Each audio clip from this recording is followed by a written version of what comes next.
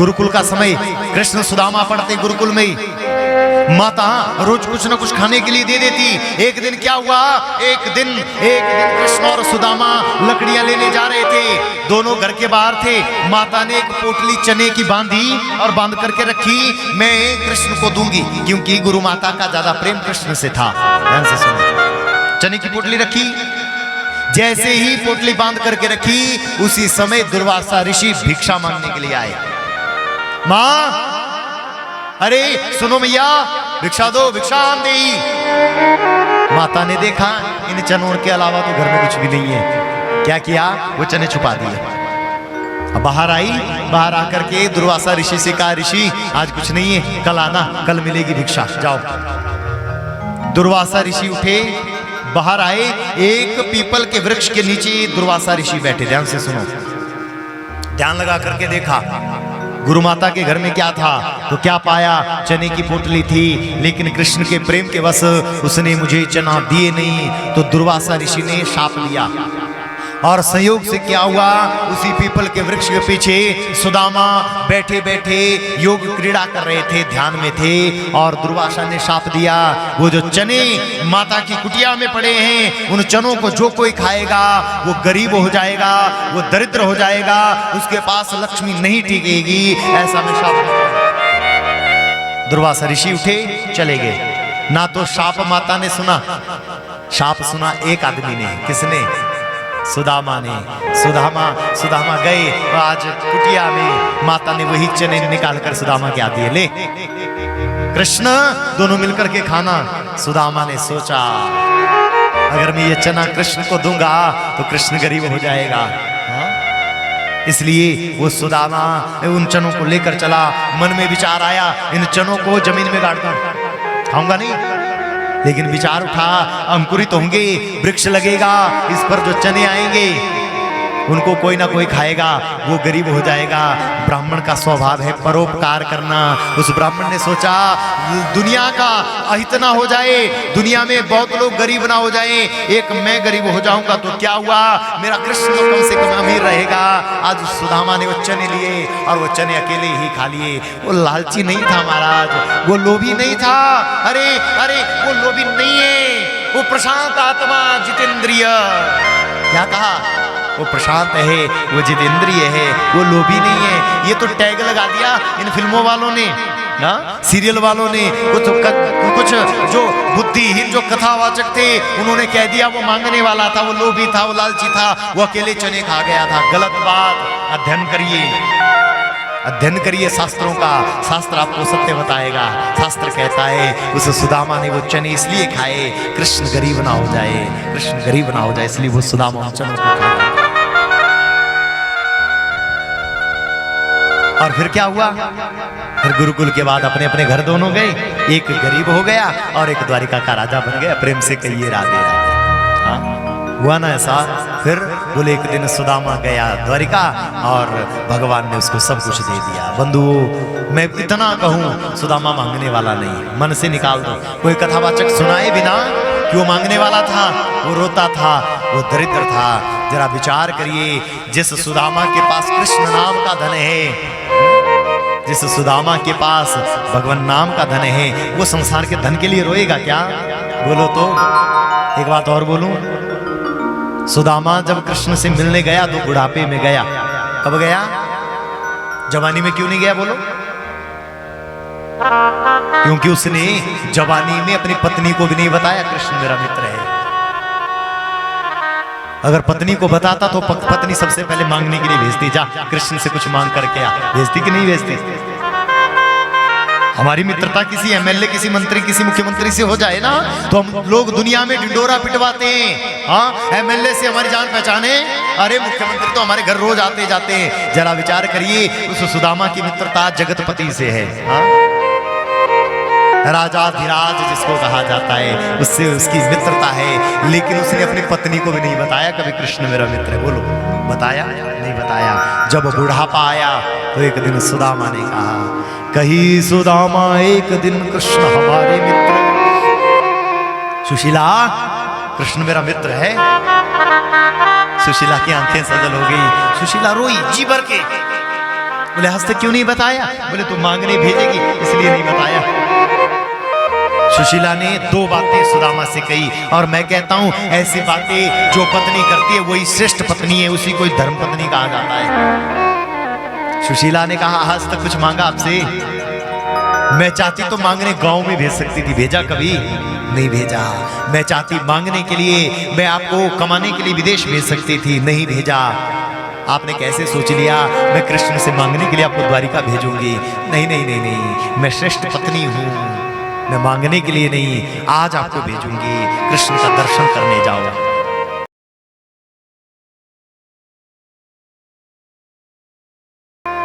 सुशीला ने पति से कहा द्वारिका जाओ। पति मुकर गया, मैं नहीं जाऊंगा। सुदामा मुकर गया, मैं नहीं जाऊंगा।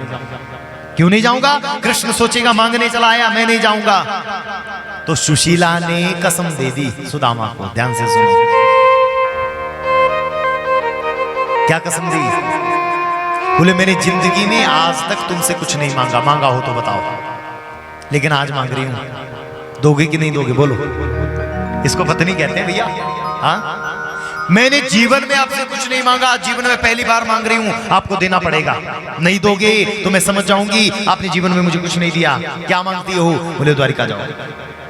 और एक चीज और कही, कोदों जुड़ते भर पेट तो न चाहती दधी दूध मिठौती, शीत व्यतीत भयो शिष्यात ही, वो हटती तुम्हें पहली पठौती।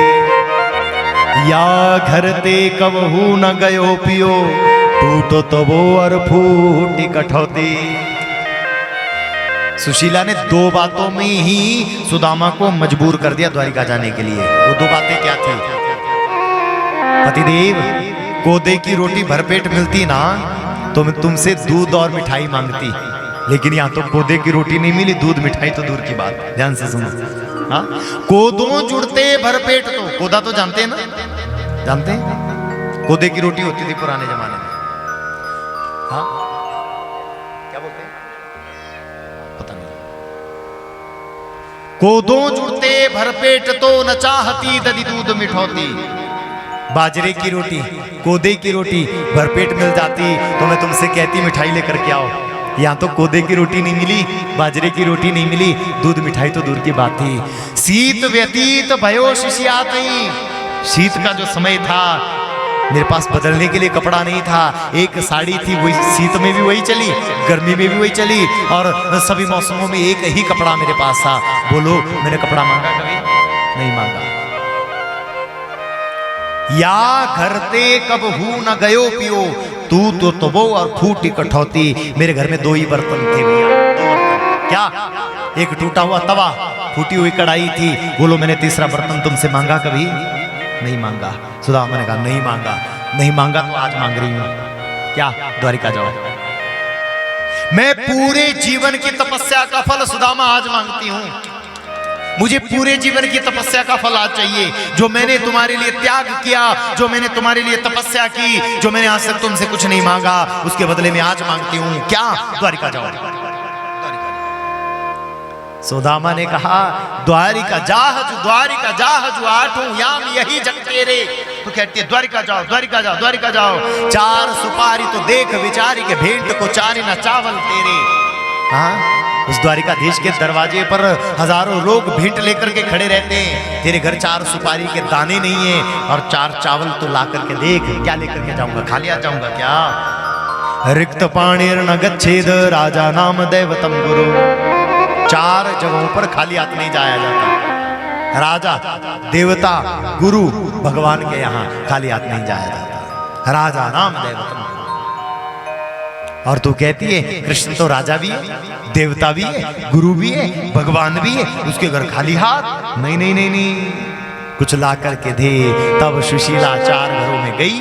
या चित्वा चतुरो मुष्ठिन पृथक पृथक तंडुलान, चार अलग अलग घरों से चार मुट्ठी चावल मांग करके लाई, और तंडुल लाए, लाकर अपनी साड़ी में बांधे, सुदामा के हाथ दिए, और वो सुदामा आज द्वारिका की ओर चला। प्रेम से बोलो राधे राधे। भूख लगती है, कभी प्यास लगती है, ये जिंदगी उदास लगती है। कैसे आऊं मैं तेरी द्वारिका, अब आस भी निराश लगती है। कभी भूख सताने लगी सुदामा को, हाँ, कभी प्यास लगने लगी, कभी कंकड़ पत्थर पैरों में चुभने लगे, और वो कृष्ण हे कृष्ण हे कृष्ण कहते हुए वो सुदामा चला और जाकर द्वारिका पहुंच गया। बंधुओं, किसी ने कहा, द्वारपालों ने रोका, नहीं नहीं नहीं नहीं, गलती से मत समझना, भागवत जी में कहीं नहीं लिखा सुदामा को रोका गया हो। सुदामा ढूंढते ढूंढते ढूंढते ढूंढते महलों के भीतर प्रवेश करता है और द्वारिकाधीश के सामने जाकर खड़ा हो जाता है। किसी ने नहीं रोका, झूठ है, सब झूठ है, किसी ने नहीं रोका। वो सीधा आज भगवान के सामने खड़ा हुआ। भगवान ने सिंहासन छोड़ा, उतरे, दौड़े भगवान, अंक में भरा, हाय महा दुख पायो सखा तुम, आए तुम केतिक दिन खोई। अरे कितने दिनों बाद आए सुदामा, कहां से आए? सुदामा ने कहा, प्रभु बस क्या बताऊं, आओ सुदामा। लेकर के गए अपनी सभा के मध्य जिस सिंहासन पर भगवान बैठते हैं, उस सिंहासन पर सुदामा को बिठाया गया। सारी राजसभा देख करके अचंभित हो गई, ये ब्राह्मण कैसा आया, कहां से आया? अरे दूल्हा पतला ब्राह्मण, नंग धड़ंग, जिसके सिर पर पगड़ी नहीं, जिसके तन पर कपड़ा नहीं, वो आज राजा धीराज के सिंहासन पर बैठा है। और भगवान स्वयं उस सुदामा के चरणों में जाकर बैठे, चरणों में बैठे। रुक्मिणी को आज्ञा हुई, जाओ पानी लेकर के आओ, सुदामा के चरण धोने हैं। और बंधुओं, भगवान ने सुदामा के चरण पकड़े, और जैसे ही चरण पकड़े, चरणों की दशा को देखा, बीमारियां पड़ी है, पैरों से खून बह रहा है, कांटे चुभे हुए हैं, कंकड़ चुभे हुए हैं। देखी सुदामा की दीन दशा, करुणा करके करुणानिधि रोए। देखी सुदामा की दीन दशा, करुणा करके करुणानिधि रोए। पानी परात को हाथ छुयो नहीं, और नैनन के जल से पग धोए। परात का पानी परात में रह गया, पानी परात को हाथ छुयो नहीं, और नैनन के जल से पग धोए। आज ठाकुर जी ने उसके चरणों को अपने नैनों के जल से धोया। आज मानो सारी दारिद्रता को धो दिया, सारी गरीबी को मिटा दिया, अपने नैनों के जल से उसके शरीर को प्रक्षालन कर दिया, मानो भगवान उसका अभिषेक कर रहे हो, भगवान उसका अभिषेक कर रहे हो। विचार करिए, इससे बड़ा दयालु संसार में कोई और हो सकता है क्या? बोलो तो, कोई नहीं हो सकता। ये भगवान है, ये देने वाले हैं, भगवान है, ये दयालु हैं, ये अधमों को तारने वाले हैं। सुदामा से भगवान ने कहा, बोले सुदामा शादी कर ली? सकुचा करके शर्मा करके बोला, हाँ हाँ कृष्ण कर ली। पत्नी क्या नाम है? सुशीला है। डरते डरते सकुचाते शर्माते वो बोला सुशीला है। सुनो सुदामा, तुम तो कुछ लाओगे नहीं मेरे लिए, मेरी भाभी ने मेरे लिए क्या भेजा है। डरने लगा, उन चावलों को छुपाने लगा, नहीं नहीं कृष्ण, अरे माधव नहीं, अरे नहीं, मैं कुछ नहीं लेकर के आया, छुपाने लगा। तो बंधुओं, भगवान ने आज हाथ बढ़ाया, सुदामा की पोटली को छीनने लगे। वो जो कपड़ा था वो कमजोर था, वो फट गया, धरती पर चावल बिखर गए। चावलों को ठाकुर जी ने समेटा, एक मुट्ठी में चावलों को भरा, मुख में धरा, एक लोक का राज्य दिया, दूसरी मुट्ठी को भरा, मुख में धरा, दूसरे लोक का राज्य दिया। तीसरी मुट्ठी जब ठाकुर जी खाने लगे तो रुक्मिणी ने हाथ पकड़ लिया। हाथ गयो प्रभु को कमला, कहा प्रभु तुमने चितधारी। तंडुल मुट्ठी दुई खाई लीनी, कियो यह दीन दुई लोक बिहारी। तंडुल मुट्ठी खाई तीसरी नाथ, कहा निजवास की आस बिसारी। रंग ही आप समान कियो, क्या चाहत आप ही हो न भिखारी। प्रभु दो लोगों का राज्य दो मुट्ठी में इसको दे दिया, अब तीसरी मुट्ठी खा करके अब तीनों लोगों का राज्य दे देना चाहते हो, अपना बैकुंठ भी इसी दे देना चाहते हो। भगवान ने कहा मेरा वश चले तो मैं तो रुक्मिणी तुम्हें भी इसे ही दे दूं, ले जा लक्ष्मी को भी। हाँ, अहम भक्त पराधीना, मैं भक्त के पराधीन हूं, मेरा भक्त कोई मेरे पास आवे, हाँ, तो मैं अपने भक्त को सब कुछ लुटाने के लिए तैयार रहता हूं।